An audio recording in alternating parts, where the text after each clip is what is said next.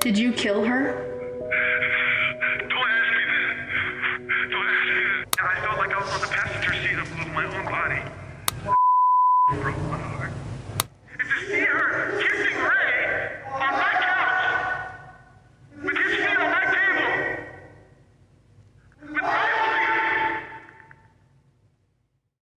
The video here shows Ali and Anna Abulaban dancing in different settings. The headline reads, "When your relationship is drama-free."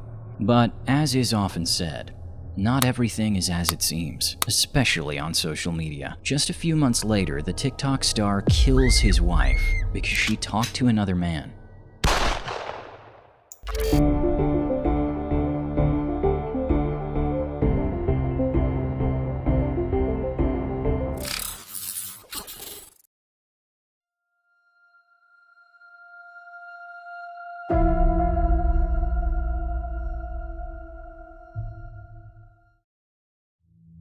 Ali Abulaban, known on TikTok as Jinn Kid, has more than 900,000 followers on the platform.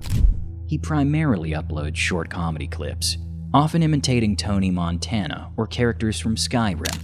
Occasionally, his 29-year-old wife Anna Abulaban appeared in the videos. Although wife might no longer be the most accurate term. While the two were still legally married, sources close to the couple reported that they were no longer living together. Anna had apparently moved on from the relationship some time ago. The reason? Allegedly domestic violence, and claims that Ali Abulaban had cheated on her with several women.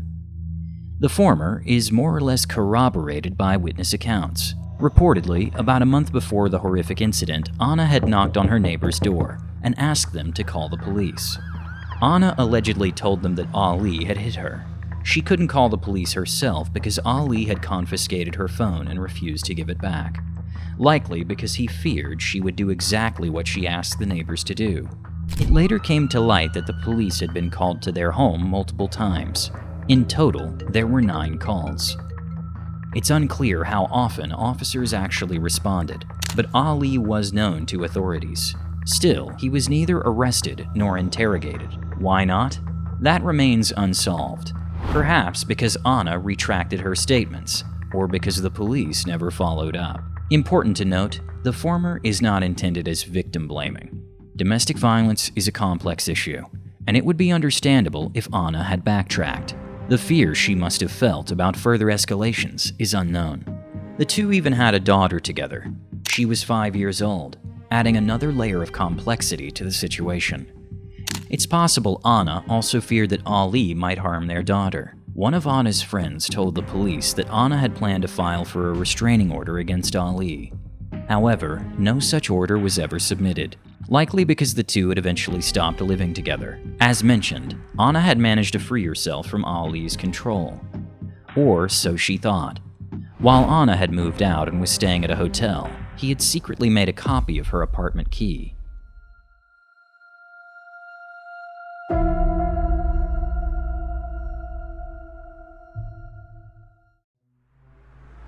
On October 21, 2021, Anna left her apartment. During that time, Ali broke in and ransacked the place, but he didn't stop there.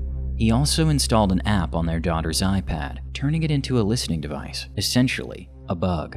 Afterward, Ali returned to his own apartment and used the app to eavesdrop on what was happening in Anna's apartment. At some point, he heard Anna and a man laughing. This seemed to be the reason he was looking for to unleash his jealousy and rage. He immediately grabbed a loaded gun, got into his car, and drove to Anna's apartment.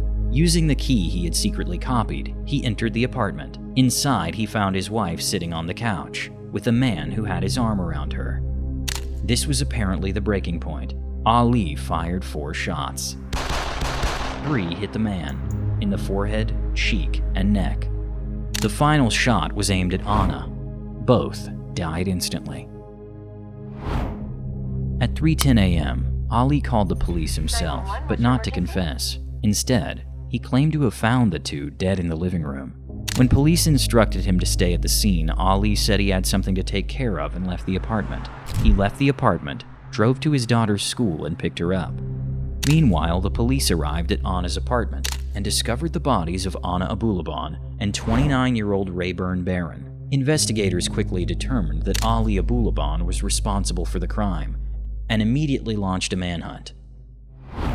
He was found later that same day, along with his daughter.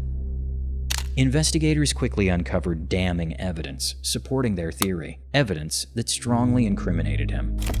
Ali had reportedly told his daughter that he had hurt her mother, and he also confessed to the crime in a phone call with his own mother. During his initial interrogation at the police station, Ali admitted to the killings. However, he later changed his story. From that point on, he claimed that the two were already dead when he arrived at the scene, and stuck to this version of events from this point on. The evidence, however, was undeniable. Ali Abulaban was eventually charged with the murders of Anna Abulaban and Rayburn Barron.